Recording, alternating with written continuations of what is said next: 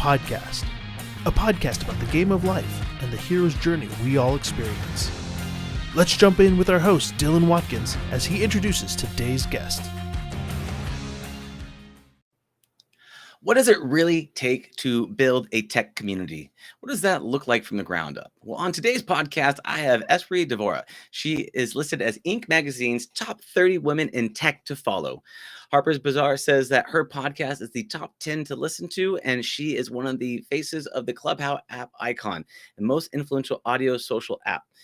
Creator of the wearetechla.com, unifying the LA tech ecosystem via the first LA tech startup podcast and localized Silicon Beach community event calendar plus offline experiences. We're going to ask more about these offline experiences. Producer and host of the hashtag Women in Tech podcast to share the stories of actionable empowerment. Listeners walk away feeling if she can do it, I can do it, which is a wonderful, heroic belief. So without any further delay, I'd like to welcome Espree. Thank you for having me. Yay! So excited to be here, heroes of reality. Dylan, should we tell them the secret of the reality of me being here right before we started? Well, the secret is, you know what? You believed you could do it and you did it. You came on strong, you know. Yeah. I know you had some resistances to doing video. I know I feel like it's kind of like a, you know, oh my God, we're going live and you're on video. Yeah. And list out your childhood secrets. Yeah. You know, what's funny is a lot of people think that because I have accolades that I have, that everything is just flawless and easy and been there, done that. And the truth of the matter is, before Dylan and I started recording, like, I was freaking out. He was like, we're going to be on video. I like ran to my bathroom to put on makeup. And then I was like freaking out over my bra strap. So I changed my shirt. Like, I was just like a normal human freaking out, like anybody else would freak out for their very first podcast interview. So it does not matter that I've done over 1,000 podcast interviews. I was freaking out. You did great. Well, it's funny. So there's something about what I've seen is people that have been kind of tempered through the fire, right? They smile as they walk into the abyss, you know? Yeah. And that was kind of the feeling I had from you. You're like, wow, I'm totally uncomfortable. Wow, we're going to be doing this. Wow, I am totally not ready. Things aren't working. Everything's on. It's okay. Let's just keep putting one foot in front of the other. And I could tell that I feel like you're tempered in that kind of things. That is true. That is true. But I am glad for your patience and compassion. I think I was talking about this morning with my cohort group, that it's very powerful to lead with compassion. Like, everybody's going through something different. And if we could take that beat to understand, or at least have empathy for where someone else is coming from, it just leads to more kind, connective communication. Because if you're like, what do you mean you're not comfortable with video? And I'm like, I'm just not, you know, it's like creates this like weird combative energy. Instead, Dylan was like, take your time. It's totally okay. You're safe, you know? I appreciate you saying that. And I think segueing it into like techs and startups and things like that, a lot of things that happens, like, entrepreneurs are supposed to be the hero for the community. They're supposed to be of service. But it's sometimes so hard that we get combative, right? As a startup owner, and things like that. There's like this, like, oh, it's not fair. It should have been easy. If only I was like that online guy who made $1 billion. Why is this so hard? And then something doesn't happen, and then you're the enemy, right? 100%. That toxic, victimizing leadership, startup stuff. Like, have you've seen it in the culture, right? I see it in myself.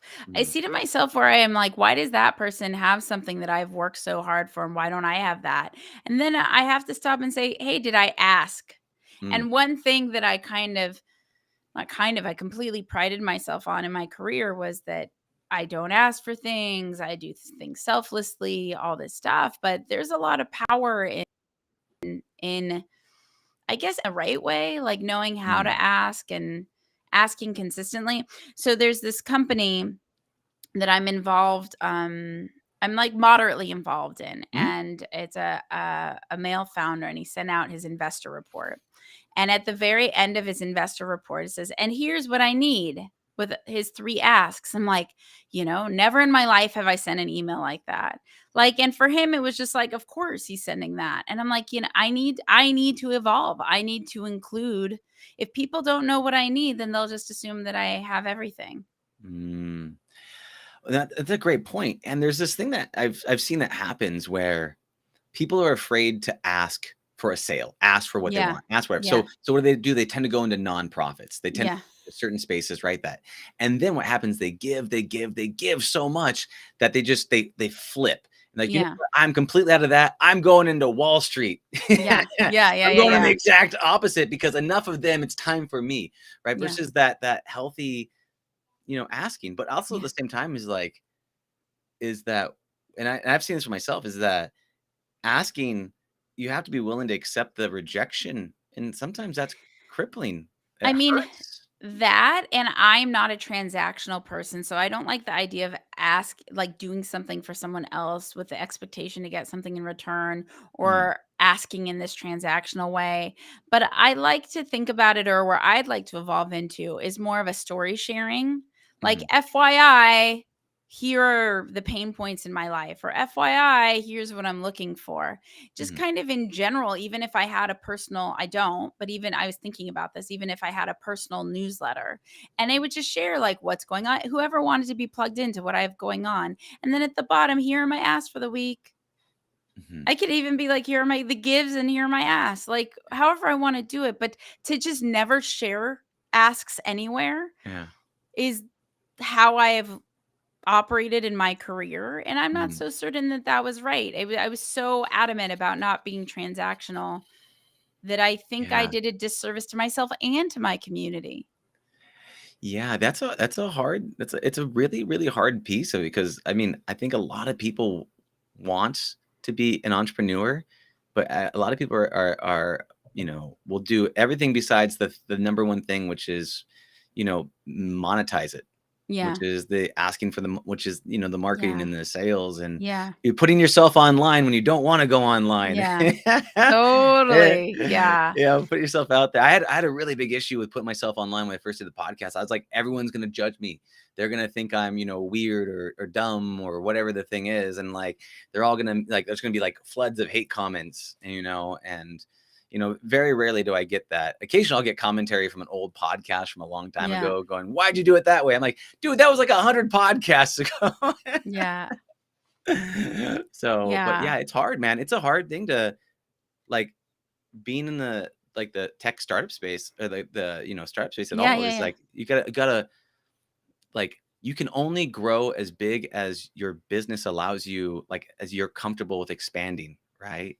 Yeah, and And and I think you made a really great point. Is I notice all these tech companies, they raise money, they do all these builds, everything, and they make money last. mm, It's so common, it's almost all companies, but it's a little bit confusing to me, because how do you know if it will work unless anyone wants it? And so there's like so much that goes into the building and the creative, mhm. and you don't even know if anyone wants it yet. That's terrifying. That's so terrifying.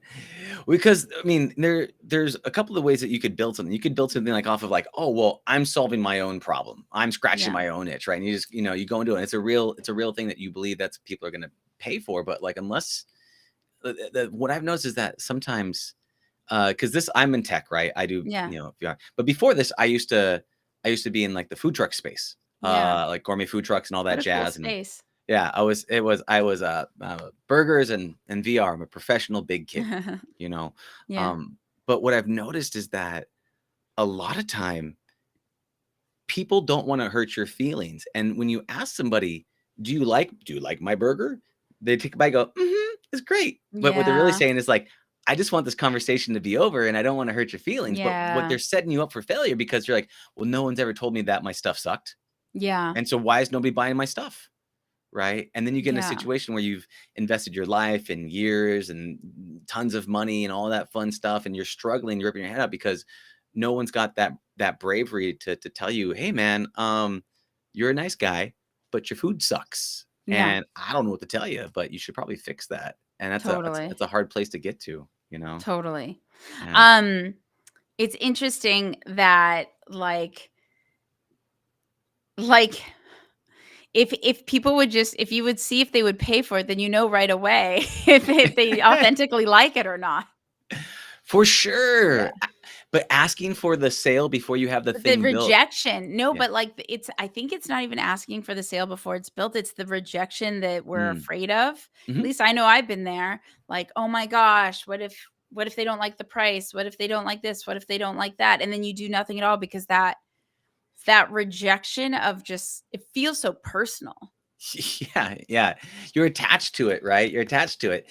And Yeah. one thing like I noticed is that like when you when you first start out in any space, right? Whether for meals, burgers, or whatever you're in, you feel like a fraud. You feel like an impersonator. And then when someone Yeah. rejects the thing that you make, they're rejecting you because me personally, I'll speak to Yeah. myself, Yeah. right? When someone rejected the thing that I made right away, I felt like they were rejecting me, and it hurt me. Yeah. But the people that I've seen, like mentors that I've had in this space that are like, say, design mentors or whatever, it's like they've made so many of them. There's nothing personal to it because they've been cut so many times. They've been tempered through the fire. And that's like when I Yeah. saw you come on stage, or you show up in the virtual stage right now. You're like, well, I'm not ready, and my bra's not ready, and this isn't ready, and I'm not this. And like there was this comfortability just kind of like going through the motions and being through it. It's like, Yeah. and so you might have possibly some anxiety from it, but you're still marching along. There wasn't a personal um Yeah, it wasn't identity about to be association. like, I can't do this. Do you know, I've actually had a lot of, I have 2 podcasts, and I've had Uh-huh. a lot of potential podcast guests not do the podcast because they felt so insecure about where they are in their career or their, accent, or it's just such a shame.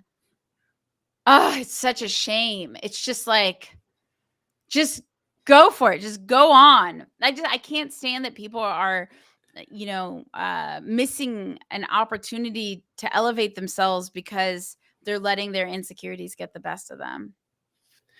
Absolutely, but I mean, that's the thing is that super trite statement is that most people live lives of quiet desperation, right? And Yeah. they desperately want they desperately want to be an entrepreneur. They definitely want to get into tech. They definitely want to, but they're afraid of the rejection. They're afraid of that because like we've been, years and years of that programming of like if I get rejected, it's like getting rejected by the tribe, and then it's basically you're going to send me off into the woods to die by myself. Yeah. Right. And there's Yeah. that weird association. How have you seen people, a part of the tech startup, like evolve or combat this or things that they've done? Have you seen anybody kind No. of like deal with I think this? they're getting worse.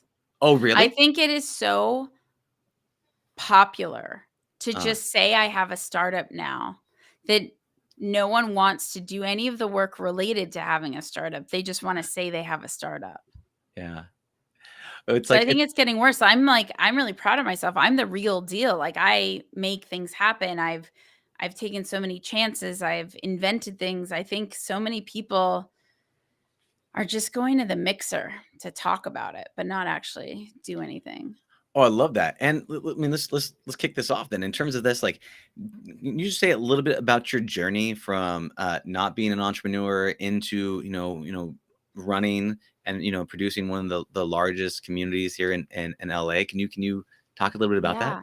So I feel like I've always been an entrepreneur since I was a little girl. Like I just remembered I feel like I was born an entrepreneur. I remember having visions of what businesses I wanted to create. And so yeah, that's always been me, and it's been this my dad had a home office, my mom was a speaker, so I would just, like, really look at their independent lifestyles and wanna emulate that, but when I started taking action, was when I started to get really into technology and try to, like, build websites myself before it was so tangible, and Mm, in building the first action sports social network, I then, like, got to learn a lot about creating communities and what that looks like. One of the biggest mistakes I made at that point was I tried to be everything to everyone. I was skateboarding and motocross and surfing and all these things where really the communities were very singular. It was like if you had a skateboarding community, you should just be skate, you should just be snow, you should just be moto. You shouldn't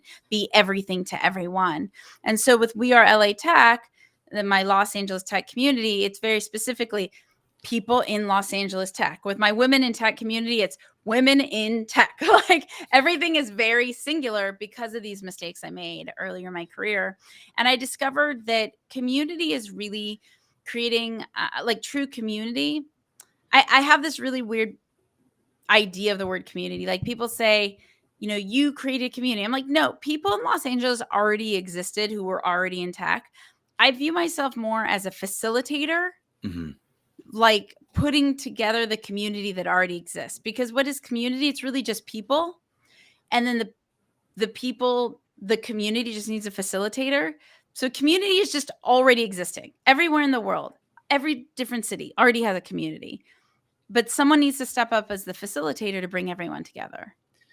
Yeah, the party host, and that takes energy and that takes effort, and so many more people would just want to show up to the party than book the DJ and do all the stuff, and get everything ready. And it's a challenge, and it takes energy to be able to produce that, and having that as a consistent driving force over time. What do you think? Was there a moment, because you're right, the people already exist, right? And this is 10 years I've been doing We Are LA Tech, so a lot of consistency for this community. So you're saying that anybody can go out tomorrow and just start it up, right? Just anybody. Everybody tries, and I'm like, okay. I've seen them all come and go. I don't even see this competition. I'm like, okay, I'll support you, but I just don't know how serious you are. If you're just trying to capitalize on a trend, or if you actually care about the people in this community. There is a thing to that, which what you're talking about in entrepreneurship is that dedication over a long haul of time, versus someone come in and they're like, oh, I'm here for the community. What they're really saying is customers. Yeah. I want to get a whole bunch of customers, and the way that I'm gonna do that is by forming a community. So I'm gonna have one big event, and why don't I have a community around me buying all my stuff? Yeah. Right. Yeah. So they should let me know how that one big event goes. Yeah. I've thrown big events before. It takes a lot of effort, and you're like, no, I'm gonna have someone else. I'll go to their party. Yeah. They throw a good party. What do you think are the typical, besides the duration of you've been in it for a long time. What do you think are some of the critical key pieces that people mess up when they're trying to kick off a community? Well, my personal pet peeve is automating authenticity. Like if every community builder who uses an automating tool to send me a message that is not personal, but tries to play it off as though it's personally to me, please stop. It's very clear you just sent this to 50 people. You obviously don't actually care about me as a human. So can you not pretend? Let's just be real. You have whatever you have going on. You want to tell me about it. So just tell me about it. Don't try to pretend like you wrote that just to me. Yeah. That I have to say it is, I couldn't help but to think when you said automated authenticity, I'm like, I know someone's going to want to create a business out of that. Don't worry. No emotional risk. Go ahead and automate authenticity out the door, right? Because that's a good name, automated authenticity. It's great. Yeah. Hashtag trademark. Someone's buying that URL right now. Ready, set, go. Making 50 business cards at Vistaprint, kicking it out the door. So you're saying that how does somebody overcome that hurdle of being authentic, right? When they have all that fear, when they have that doubt, when they have that, I'm not, insert whatever, what is that brave step forward if they're trying to be authentic? I mean, I think there's a difference between, imposter syndrome's a thing. So it's like if somebody's saying, I'm not, maybe they just have imposter syndrome, but they actually are. Usually the people who care the most are the ones that have the most imposter syndrome because they care so much. So it's actually a nice, healthy thing. Yeah, I don't know what to tell you. There's so many people out there just looking to make as much money as possible. That's the majority of people. And so they're going to automate what appears to be authenticity so that they could get more emails out so they could make more money and upsell more. It's really annoying. And the thing is, we're really, humans are super good at smelling bullshit. We can just you're especially if you've been in the space, you're like, oh, came from MailChimp. That's an auto sender. That's this. The But you're talking about like a lot of people want to make money, but then also there's I think you're looking at two sides of it. One, people want to make money, but they're actually just blatantly going out there, and then there's the other people that want to make money, but they just can't ask for the sale, right? Mm. That's different elements. Yeah, I think it's that that we think when we're selling that we have to convince someone of something. But Mm-hmm. what if we were just sharing a story and no one needed to be convinced of anything and they would just let you know if it's right or the wrong fit? If Mm, you're just sharing a story that's true and real, you're just sharing, so you're not selling. You're just yeah, like telling the story. Someone's like, "Yep, yep, that story works for me," or "Nope, nope, that story doesn't work." And then next. Whereas like selling is like, "How can I convince this person yeah. that this gizmo is worth $75.99 and they're going to spend it?" Like it's a different way of looking at things. So Mm, I like to remove the words convince or get to out of my yeah. vocabulary. And instead, I like to truly understand people, what is actually valuable for them. I like to respect that sometimes they're in a place that, like, the thing that is really difficult for me is if someone buys something from me and then they don't use it, like, really bothers me. But that's like it's not my responsibility if they use it or not. All I could do is show up and say, "Hey, is there anything I could do to support you? I noticed you haven't used it." But beyond that, I'm just nagging, like I'm just Mm, being annoying. So there's a fine line between like respecting where someone's at mm-hmm. once they've made the purchase and before they've made the purchase, just sharing the story and letting them decide if it's right for them or not trying to convince them. Yeah. What it makes me think about is you, in life, right? We understand that like word of mouth is one of the most popular ways to move something along. And there's been things that like when I think about it, things that I really like Howlin' Ray's fried chicken sandwiches Oh in my LA. gosh, yummy. Like, do you know what I'm talking about? No, but that sounds Oh, amazing. oh, dude, dude. Helen Ray's? Oh my Is it God. OC? Okay, yeah, yeah. So pay attention. This is gonna get a little meta. So listen to Okay. me talk You have about to this send this to me later. as if I was going to sell this to you. But I Yeah. deeply believe that they're like as a former food trucker kind of thing. Yeah. Howlin' Ray's fried chicken sandwiches is in Chinatown in an ugly strip mall. In there, no offense to the strip mall people, but it's an ugly strip mall. There's Yeah. nothing else around it, and their line is consistently between when they had lines, COVID kinds of between Yeah. 1 to 2 hours long, right? Whoa. They kick, and the thing is, I'm someone who's waited. I've created those lines for food trucks, right? And almost always you eat it and you're like, not worth it, right? Yeah. Every person I've ever seen in line there, they eat it, they're like, totally worth it. Totally worth it. No. They're like, I looked them up on Yelp. One, I think they kicked off the Nashville chicken craze, like in the West Coast. I think they're the ones Yeah. that kicked it off. And they have more reviews, like they're like top 10 reviews, like Yeah. most reviews on Yelp than almost anything, right? Yeah. If you look them up, redonkulously good. If you get them sent to you, if you get them like Postmated and stuff, they Yeah. fried chicken doesn't last for a while. So if you get it hot and fresh, but like Yeah. as a previous owner, the culture was on point, the communication was on point, the friendliness was on point, the flavor was on point, that Yeah. everything was on point. And it's one of those things that like I'll get multiple servings of it just to eat it for lunch and dinner because I don't get it very often. Yeah. Yeah. Um, This is the salesperson. Like this is is it's sorry, yeah, yeah. meaning the person who refers your thing. Like if you're wowing your customers enough or your audience enough, like they'll naturally refer you, and that's the best kind of sale you can have. You can feel that. You can feel the conviction in my voice because Yeah. I deeply believe this. I I'm have gonna go there I have now. no doubt if you go there, right? You're Yeah. gonna be like, Dylan, that was damn delicious. Thank you, right? Like I know that's coming. Like I know that's Yeah. coming. Unless you hate chicken, you're possibly communist. I'm not too sure. But no, but really, it's delicious. It's super spicy. But if you look at that from my perspective, is that's Yeah. true. I know that's true, and I believe that. And I think some people when they go to communicate something, they don't really believe it. They don't really Yeah. want it. They're not really into it. They don't. It's true. They're just trying to make the money. Give me your money. They're extracting value, right? Well, I know that this is going to Yeah. enhance your world. I know you're going to eat that chicken sandwich. You might gain a couple of pounds. I'm sorry. I apologize about that. I already have gained a couple. I can add a couple more on. Yeah.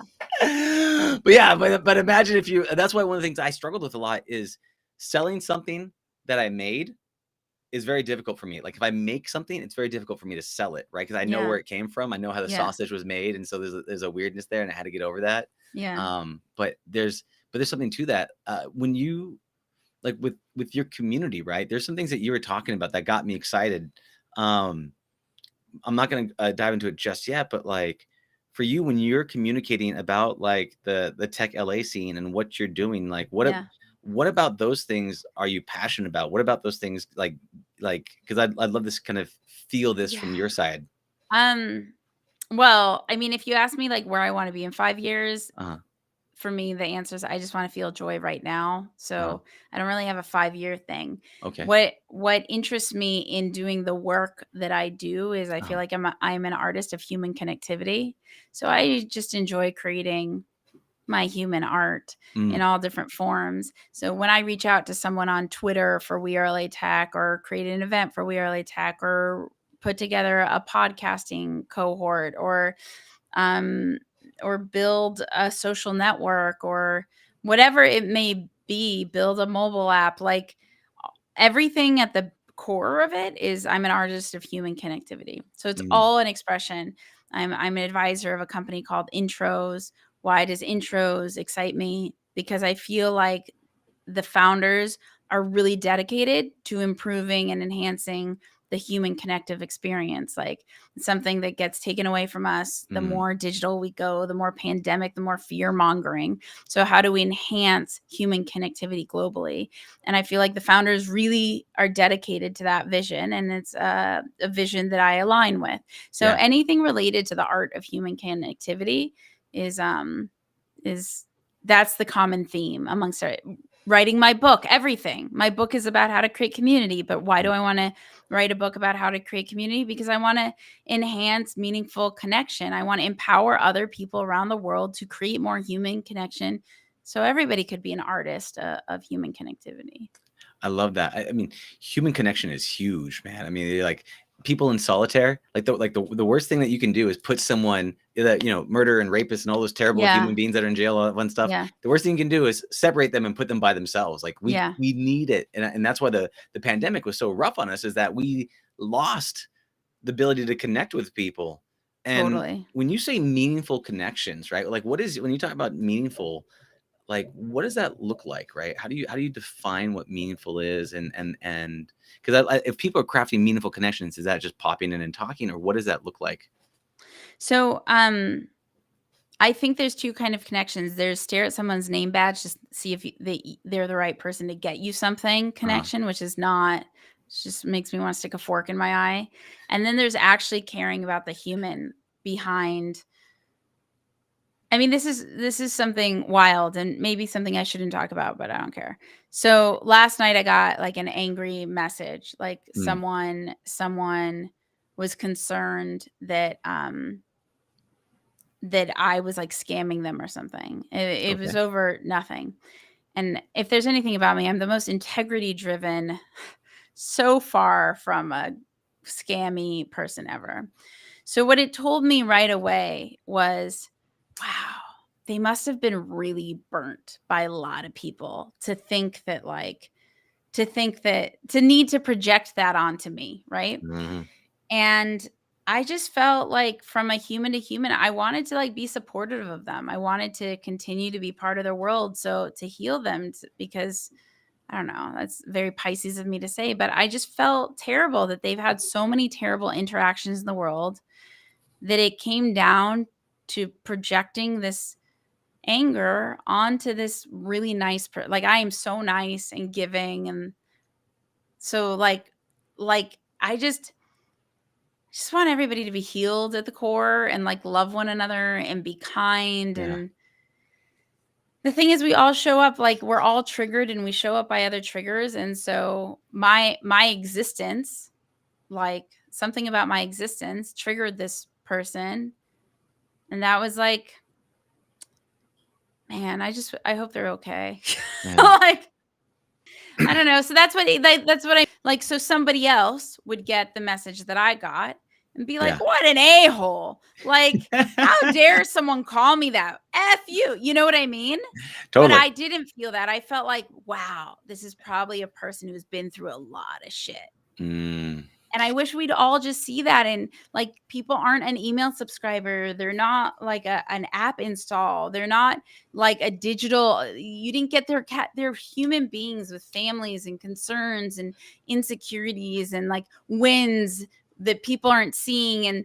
And they're just like humans are like inherently we're like fragile, and we're all trying to have this like tough exterior that we can like make it through life and everything's great. And then we see these magazines and these TV shows and we think everybody else has it figured out. And it's like, oh, why don't I have it figured out? And I think there's very few people. I mean, even there was an interview with Elon Musk. He's like, I feel lonely. You know, Elon Musk, top of the world, fanboys for centuries and back.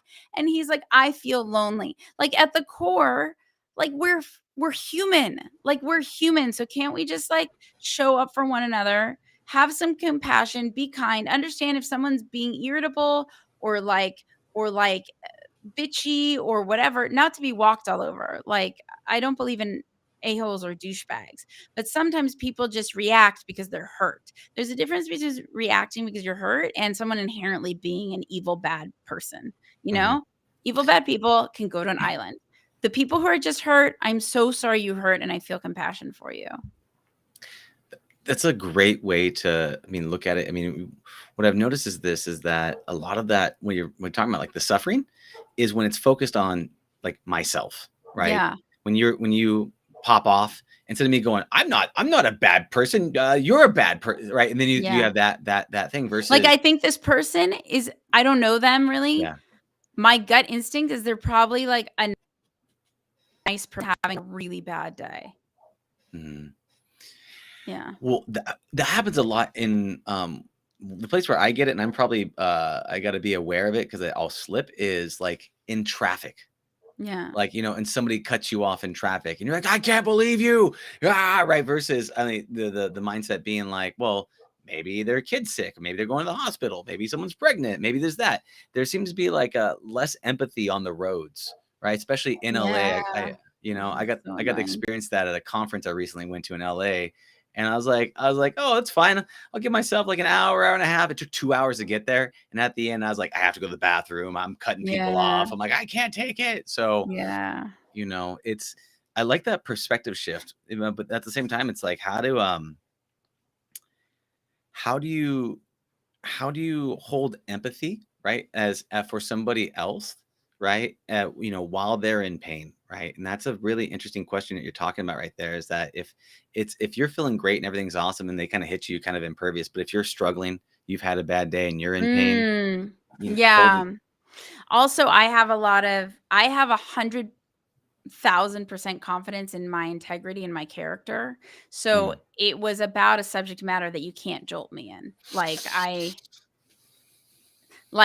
if I was sharing this with my coworker group this morning, where sometimes people online will say I say like too much on my podcast or something. And I do have an insecurity. I do think I say like too much. It really yeah, annoys me about myself. So when I see the comment that says she says like too much, I'm like, oh, I know, and I hate it, and I want to stop, and please, and it makes me feel so bad because I agree with it. You know what I mean? Like totally. the thing last night, I just like all I felt was compassion. Mm, Like the other day, even when I was walking, someone almost ran me over, and it was a split second thing, and I turned around. I don't remember. I don't think I said anything. I don't remember, but I had some sort of reaction. It wasn't a big reaction, but it was like some sort of reaction. And so to my reaction, the person told me off, like called me nasty name in Los Angeles, called me nasty names. And I remember thinking, Espree, if you just didn't react, they wouldn't have called you anything. They were only calling you these vulgar names because you reacted. Like the fact is you almost ran me over. Like calm down. But they didn't want to take responsibility and that's the same as life. It could be on a minor sense. Like people don't want to take responsibility for their mm, own shit. like on everyone else, because holding on and owning your own stuff, so hard. That is a very, very, very, very, very good point. And that happens with so many things of like entrepreneurships. Instead of people leveling up and getting better at whatever it is that the efficiency, they blame the world, the timing, the other people, the why won't my employees work as hard as me? Why you insert the thing, right? Versus look, you want this to go and level up. You know, you got some work to do. The tricky bit that I've faced that I would be super curious how you handled this. And so I've run a meetup group in Orange County, and mostly everyone's awesome. There is a very, very small percentage of people that are not awesome. Yeah. I'm surprised you found all the awesome people in Orange County. Just kidding. All of them are here. They left LA. They said, we're not dealing with any traffic. Esprees over there. We got to come down to Orange County. So but there's people that, lack of a better term, can be toxic for whatever reason. They're having a bad day, they're having whatever, things like that. And I can start the 1%, but I don't think it's 1%, but I've seen it. How do you manage if you're the caretaker of a group and someone is obviously toxic but in pain, right? And they're floodlighting their emotions or whatever, the things like that. Can you talk to me about a time or how you handle those types of situations where you want to be empathetic for them, but you also care about the group? Yeah. Well, okay. The first thing I'll start with is that I think all of us, including like assholes and bad people, like all of us, for the most part, want to feel seen. So it doesn't matter whether you're a good or bad person, you want to feel seen. Either you want to be like celebrated for your accomplishments, or you want to be seen for how difficult something is for you. You just want to be seen, everybody. And so I think starting with how to make that person in pain feel seen is like a really good starting point, because once someone feels seen, they feel just like they could take a breath. Like, okay, I'm seen. Like, and then start from there. And then how do you diffuse the situation in a way that's not going to create a thing. I'll even share with you this really fucking weird thing. I hope it's okay that I curse. Yeah, perfect. Let's keep rolling. What am I going to say? I had a private event a few weeks ago. Okay. Not posted anywhere. Mm-hmm. Someone who has done something malicious to me, like a small private event, like 12 people, snuck in to my event like nothing, and like just started introducing themselves, and I was like, huh. Now, that day, I was wearing my evil eye Turkish bracelet. First thing I did is I looked at it. I was like, you better protect me. This is a person that I have proactively kept out of my life for several years because they did things that were unkind. I couldn't even believe that they were there. Like, I was like, I hadn't seen this person in so many years that I was like, maybe it's not them. Maybe, maybe it just looks similar to them, Yeah. I was like, this is the craziest, like, how is this even a thing? So I looked at my Turkish bracelet to give myself power to ground myself. Mm-hmm. I knew I didn't want to make everybody uncomfortable. And I knew that this was just an opportunity to do my best to be okay in the middle of the chaos. And just kind of like, I felt completely uncomfortable inside my body, but no one on the outside knew. And I made sure to facilitate a lovely gathering. And then that was that. And it was odd. Person didn't say one word to me, which was great because I didn't want to talk to them anyway. But remember, it's 12 people. It's not like, it's like, yeah.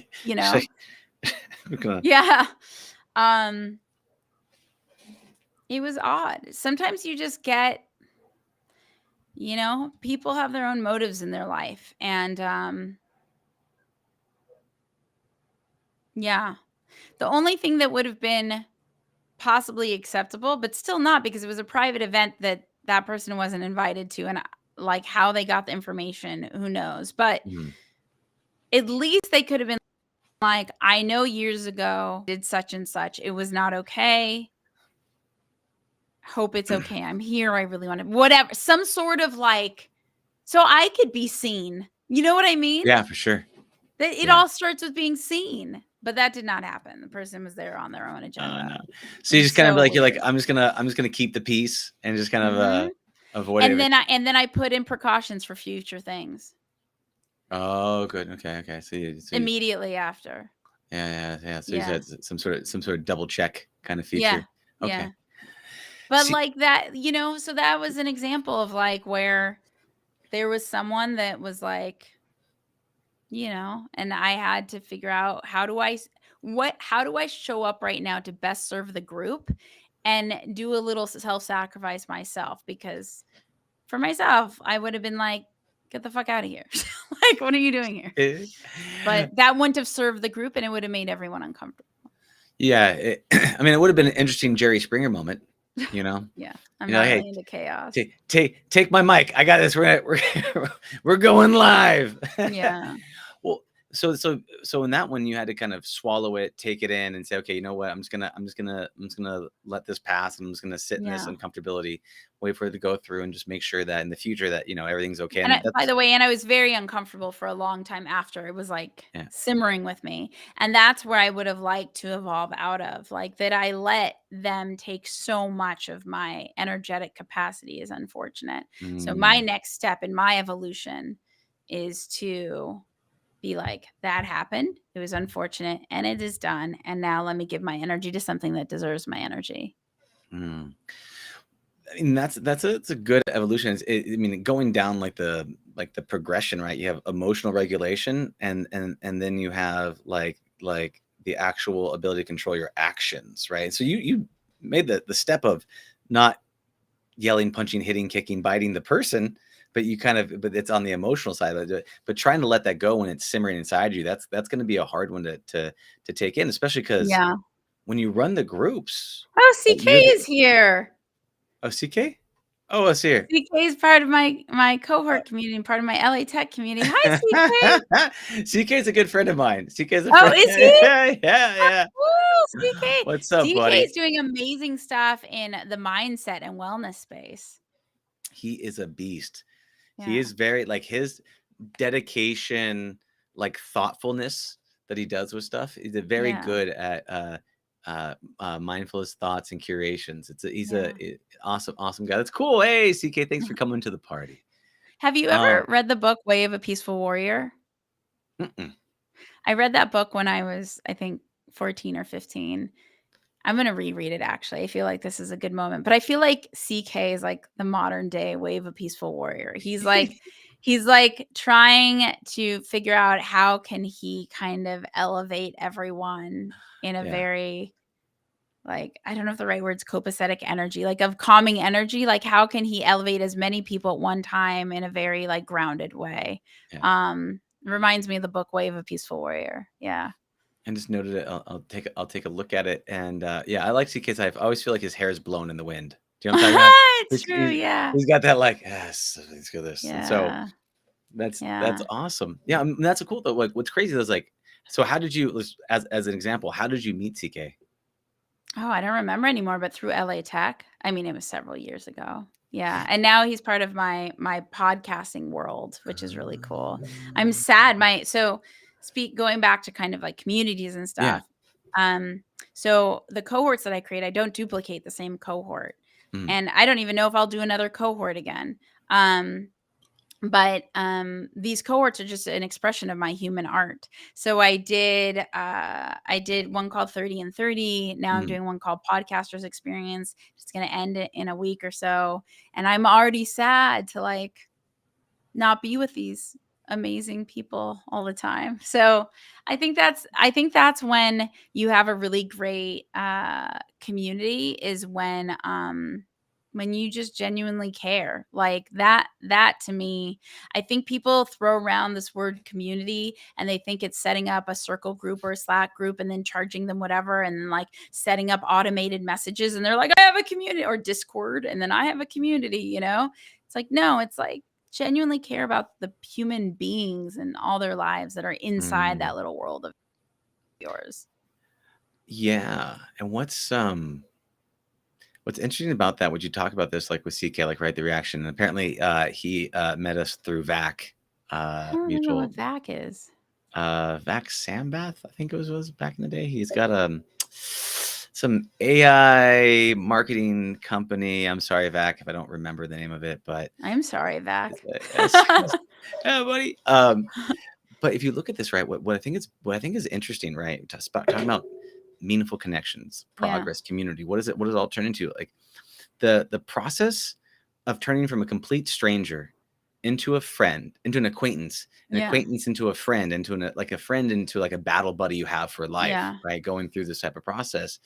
They first start with some random meeting at possibly some community event. Yeah. And then you guys meet up for coffee, and then you going along that path. To me, that's a really interesting path and gradient. Mhm. I mean, and I've experienced that with the podcast too, where like, reach out, hey, what's up? And then you come on, we have a conversation. And then, sometimes it evolves into, into a friendship, into alliance, into battle buddies. Right. And for someone that's hosted communities, I imagine Yeah. that you're somewhat like Jane Goodall watching monkeys eating popcorn, going, okay, what are they going to do next? You're like watching the people go back and forth and they're talking and stuff.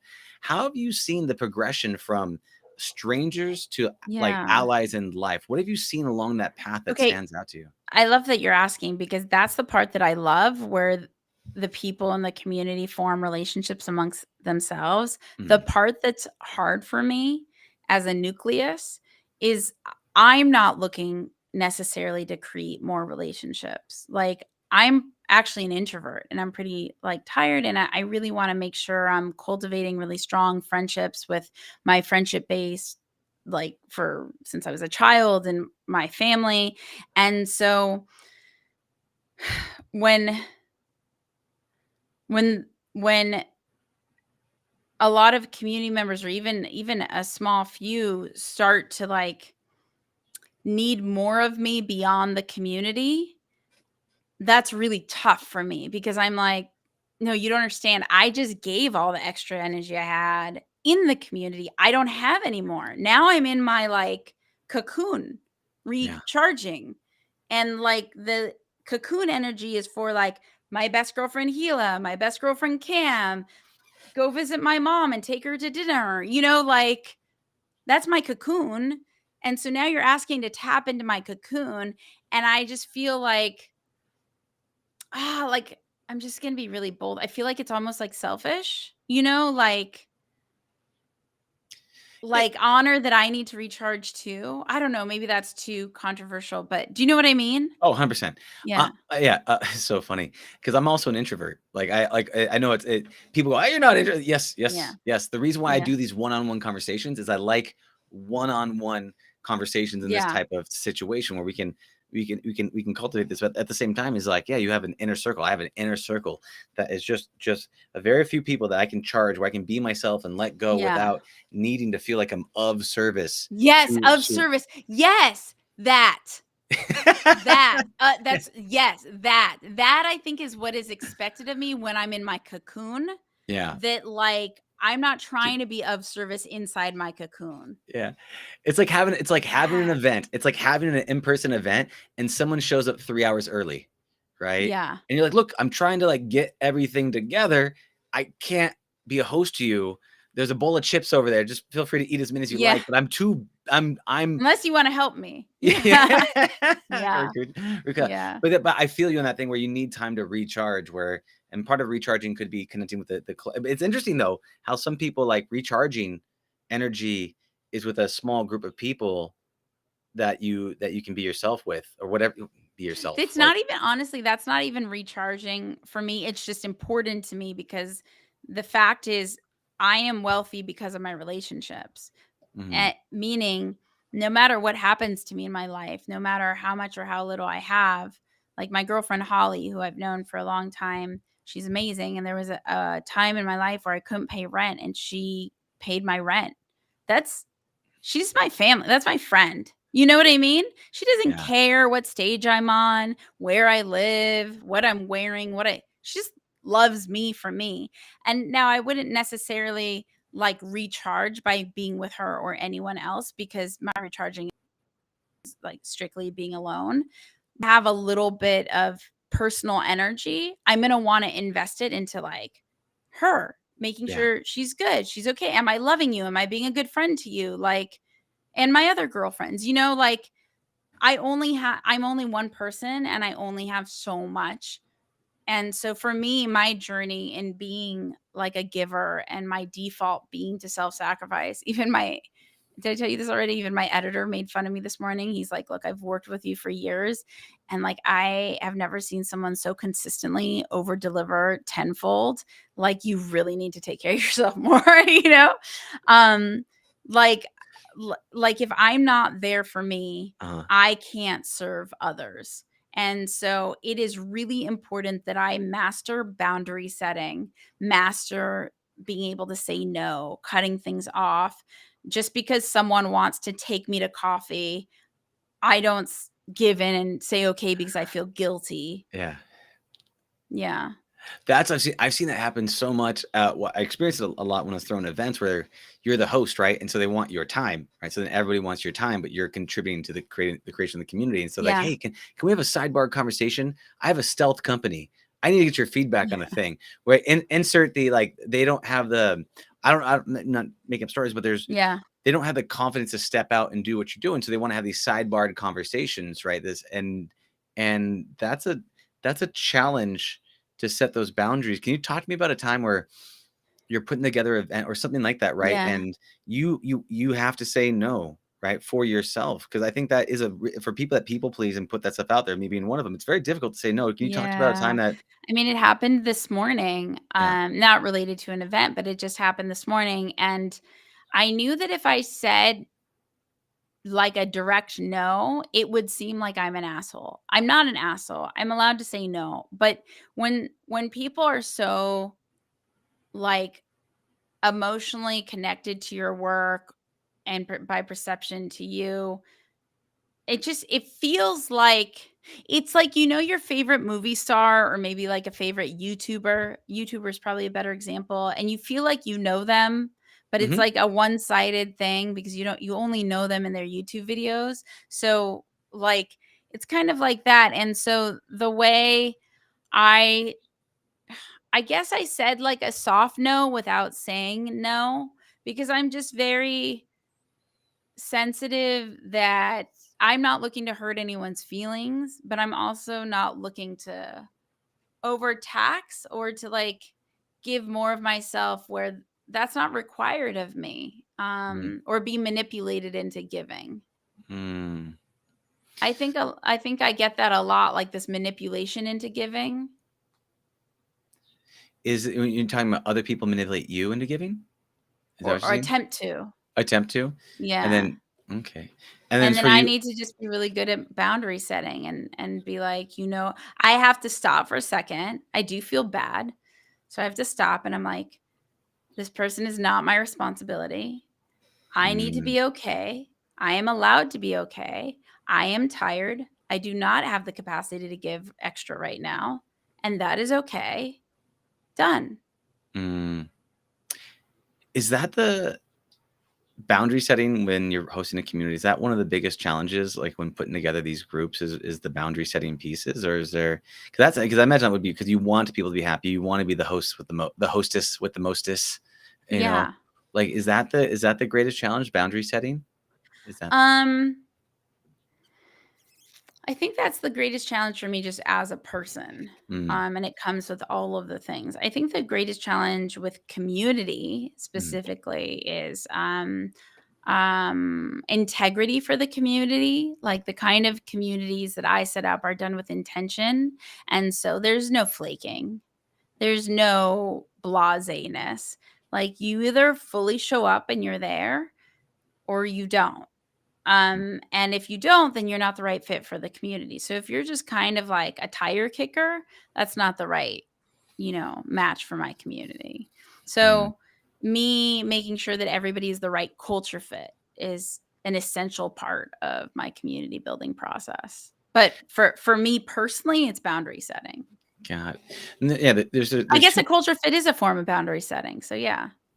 Yeah. Well, have you ever had to? Yes. Oh, Please continue. Eliminate the community.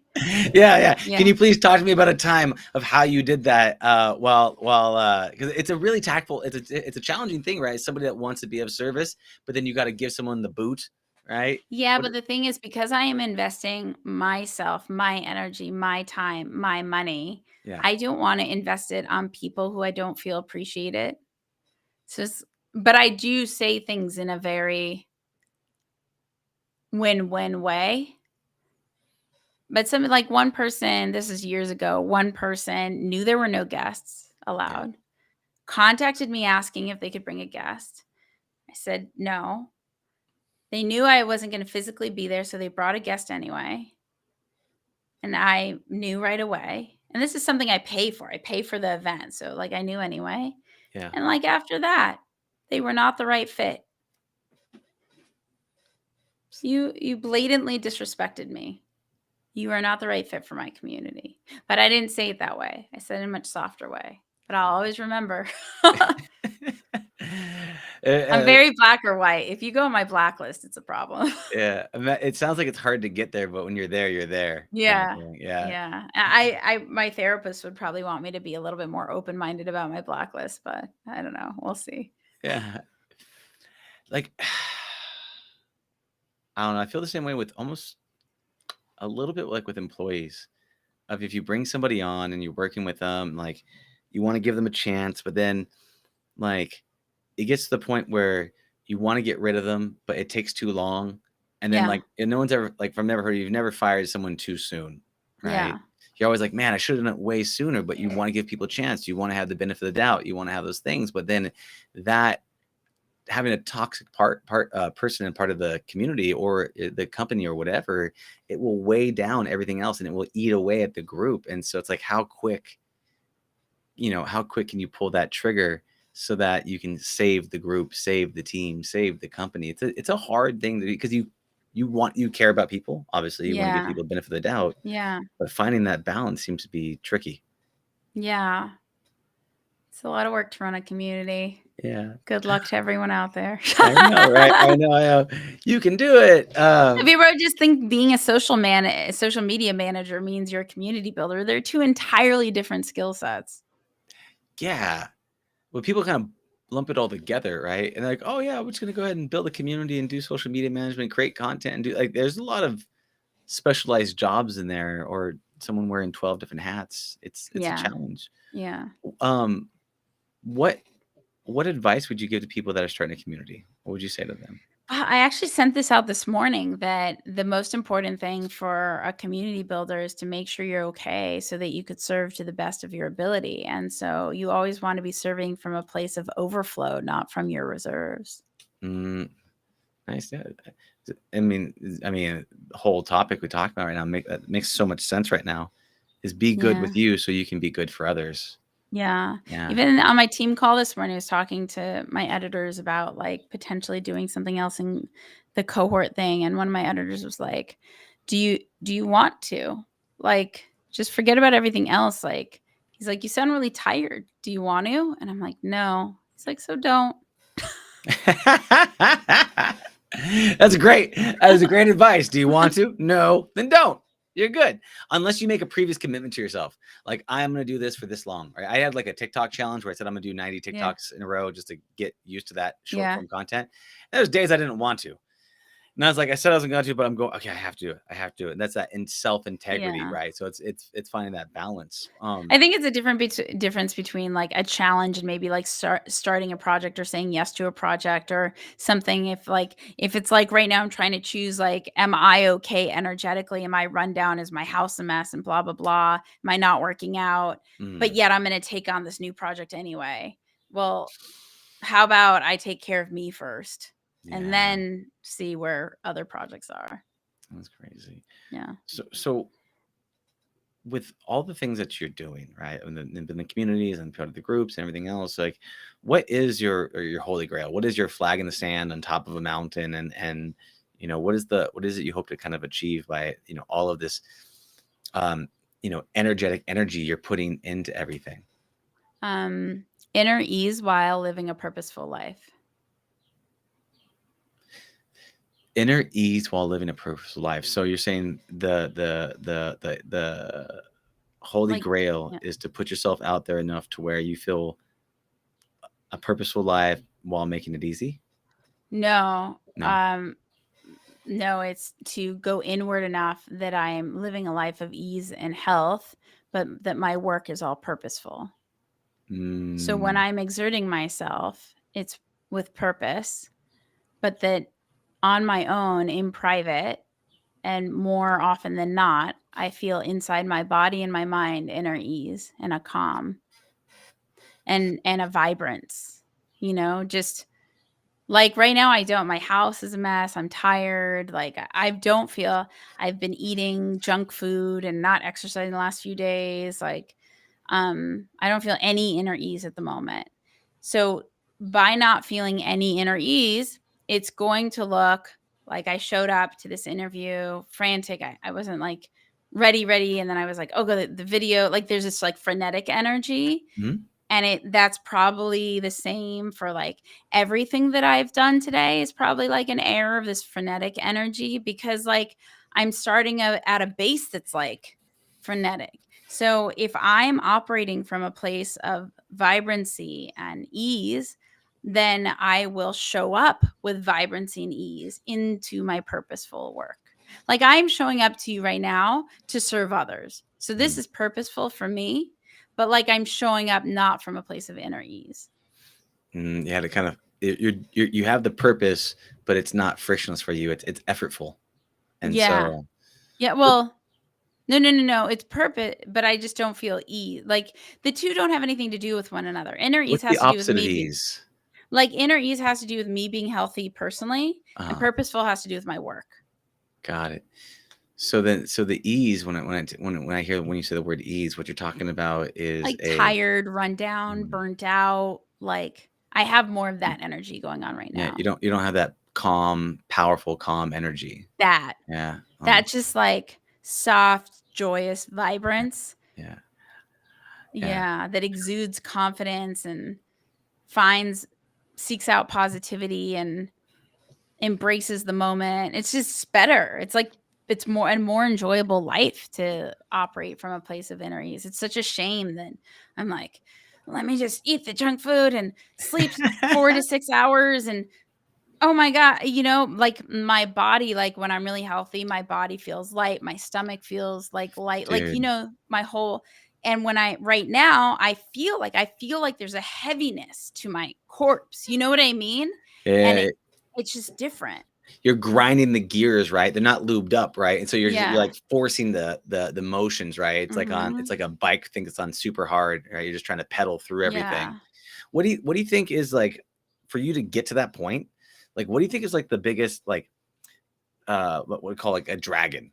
What would be the dragon you need to overcome to get to that purposeful inner ease? I mean, for me, my dragon is organizing my house, but I didn't have the time to do that. It's driving me crazy. Um,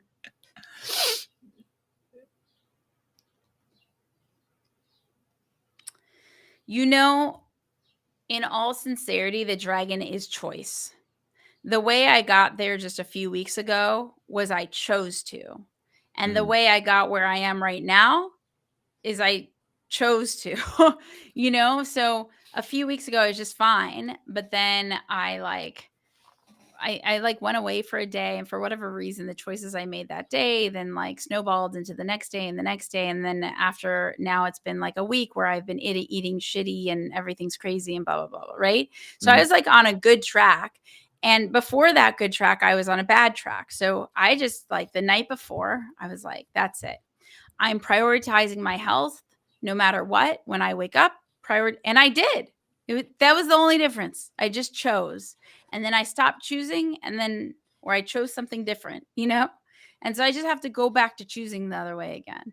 It's very weird that I wouldn't just choose that because it felt better before. But for whatever reason, I'm having resistance to switch back again. Absolutely makes a ton of sense. Absolutely make there's been times in my life where I've had a lot of power. Like there was a diet called Wild Fit, which is I like don't know it. it's like keto without the fun. Yeah. I It's didn't even know it's keto was fun. well, that's what I'm saying. Yeah. It's plants, vegetables, And that's what you get. That's what you get. There's no stevias, there's no Yeah. fat, there's no cheese, there's no Yeah. nothing. And I did it for a little while and I felt so amazing. I felt so amazing. And then I went to New Really? Orleans. Oh, I felt so powerful. Amazing. It felt so great. But Wow. I then went to New Orleans Yeah. and then I came across char grilled oysters and it's Yeah. just I was and then I was off. I was off the wagon into the tracks, into the woods, never to return Yeah. again. Yeah. I remember it, but just getting back to that point, Feels so that choice, heavy. man. You're talking about that. It's so hard, So right? hard. Yeah. It's very bizarre how hard it is, but it's because like it's not bad that you went to New Orleans, you ate whatever. So why can't we just do that? Give her and then switch back. Like why does it have to be this like downward trajectory, you know? The lazy monkey in me gets sad when I have to give up the food that I get to eat on and indulge in, right? It's like, "Meow, Yeah. I don't want to do that. Just meow." Yeah. Yeah. I feel It's so you. it's so hard. I feel Um, you. yeah, for sure. But it's interesting. But I mean, these are the struggles of humanity, right? Just bringing it back with like technology. Everybody wants to be a startup. Nobody wants to put in the effort. Yeah. Everybody wants this. Everybody wants the money from the sale, but people don't want to ask for sale. Everybody wants to be of service, but they don't want to put in the time. Right? Yeah. There's this duality issues that keep hitting us. Mhm. You know. Yeah. So what do you like? Like You and lock yourself in your house and don't talk to anyone and just, like, wait to come out till it's all over. that you know what? That's a good strategy. By the way, when you're talking about the dragon is your house, I don't know why I pictured like a dragon in an apron, like a little dustpan. Like I don't know Oh my why that was god. in my mind of I what need the that dustpan. By the way, look what my girlfriend sent me, Podcasters Love. Isn't that cool? That's I don't know if you awesome. can see it. That's That's the beautiful. kind of friends I have. Like, she was so excited about my cohort. She sent like, that's friendship, you That's know? so cool. That's so cool. Well, that's I mean, but those gifts, man, that show that they care. Yeah. You feel that love. That's a beautiful thing. Yeah. Right? It's been absolutely awesome to have you on the show. Could you please, let us know like what are you up to these days? Like, is there anything you'd like to let people know about before you tell them how to get a hold of you? I know you have this podcast cohort. Can you talk a Yeah. little bit about that? So that's just ending. So there's Uh-huh. not another one right Uh-huh. now. You could go to just message me on Twitter at Espree Devora. Yeah, message me on Twitter. I guess if people were interested, I have. I'm trying to keep it small though. I have a mastermind that I'm doing as a community service, so it's free Mhm. and it's to learn how to write read worthy tweets. And it's a bunch of us holding one another accountable to improve our writing skills. It's a Mm. private thing. If you wanted to be a part of that and you were committed, just DM me on Twitter at Espree Devora, or you can email Espree at hey.com and I'll invite you, but only if you're committed, like keeping it small. And it's free. It's like a 3-month thing. Yeah, but just say hi on Twitter if you want, or Instagram or Espree at hey.com, all the places. Just All take the care of yourself. Go for a walk. Don't message me. Just like go for a walk. Put your feet in the grass and like feel the grass. Don't message me and leave your phone behind. Just like stand in the grass and feel like the sun, even if it's snowing, feel the snow, whatever it is, just be. Yeah. Mm. That's a beautiful message. And that's is taking the time for you, right? Yeah. Yeah. Remember, your intuition is your oracle. So if your intuition is telling you that you need rest, you need to just rest. If your intuition is telling you to jump on that flight, jump on that flight. Like your intuition is your GPS system to forming your dream life. Mic drop on that one. Yeah. All right. Espree, it's been an absolute pleasure. Thank you so Thank much for you, coming on the show. This was great. Dylan. This was great. We did We it. are heroes of Yeah. reality. We've made it through to the end, video and all, right? Yikes. It was fantastic. Espree, Yikes. absolute pleasure. Thank you so much for coming on. I really Yeah. appreciate it. You got it. I appreciate you having me. Bye, Absolutely. everyone. Bye, guys. Take care. See ya. Bye. Thank you for listening to the Heroes of Reality podcast. Check out heroesofreality.com for more episodes. While you're there, you can also take the Heroes quiz to find out what kind of hero you are. Or, if you have a great story and want to be on the podcast, tell us why your hero's journey will inspire others. Thank you for listening. See you on the other